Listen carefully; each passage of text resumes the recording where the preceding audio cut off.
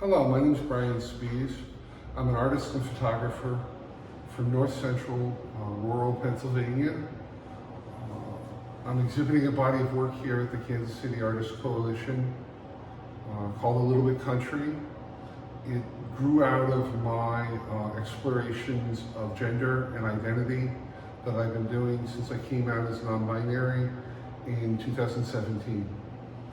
This particular body of work explores the aesthetics and mythos related to the American cowboy and the American West. I feel this is a myth worth exploring because I think both the role of masculinity and the role of America in the world has begun to shift and change in ways that are both at times terrifying and at times liberating. And these photographs, which I began last summer, explore kind of how I see myself within that trope. They involve photographic self-portraits where I have, in many cases, made the costumes, taken the pictures with a large format 4x5 camera, and then processed the film and developed it and printed the prints in a darkroom that I run at an art center in the city where I live.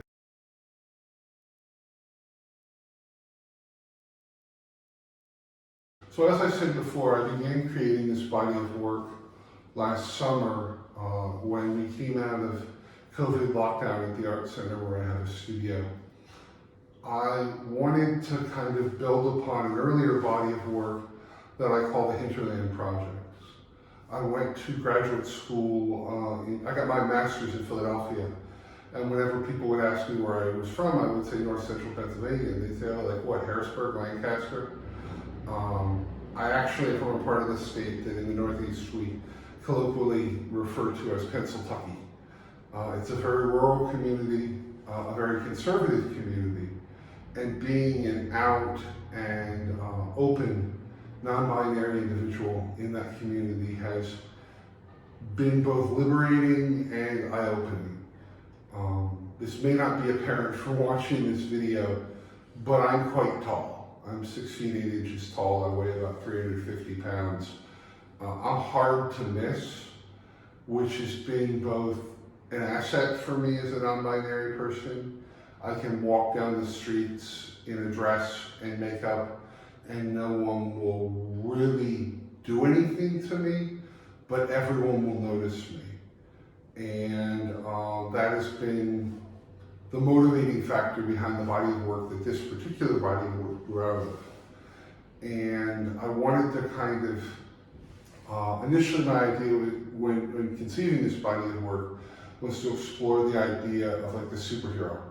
So I thought a lot about like Batman and Superman, and this idea of feeling like my size gave me a superpower that allowed me to be my authentic self without some of the risks that often are associated with being a gender non-conforming, trans, or non-binary person. But that ultimately was something that I came to realize was a little bit, for me, heavy-handed. So I got to thinking about what is the American superhero. And the American superhero, especially the American masculine superhero, is definitely the cowboy. It's the thing that in many ways symbolizes America the most in our best and our worst. A lot of our worst. And it's something that I feel is increasingly being fought over and being almost a war waged about what it means to be masculine, what it means to be feminine, and what it means to express your gender. And I thought by reclaiming the visual of the cowboy or the cowgirl, that was a good way to do that.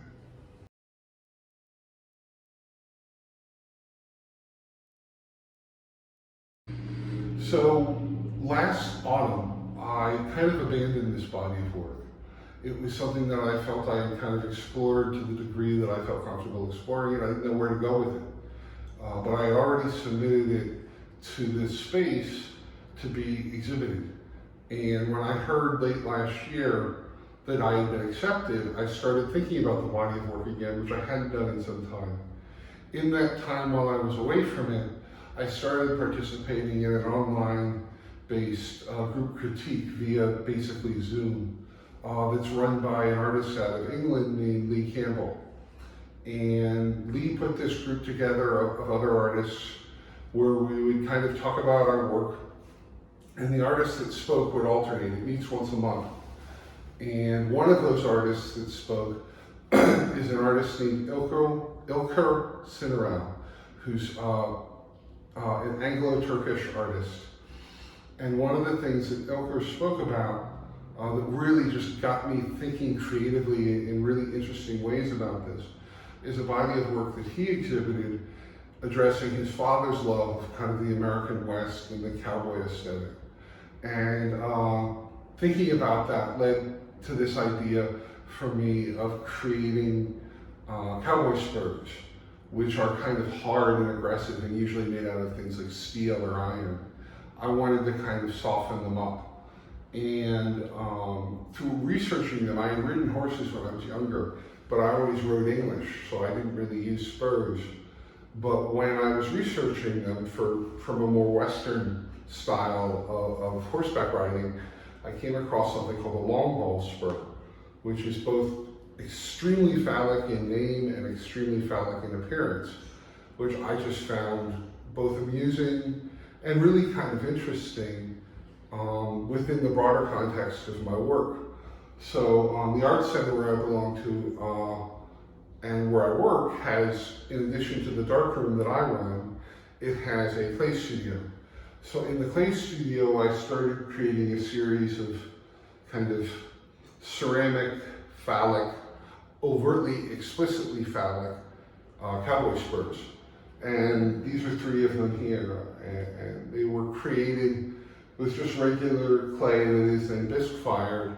But the interesting thing that happens is after they're bisque fired, they go into an experimental process called a Sager firing. And a Sager firing involves pouring a chemical onto the bisque fired ceramic and then covering it in some sort of organic material. People often use honey or horsehair, and you get all these different looks.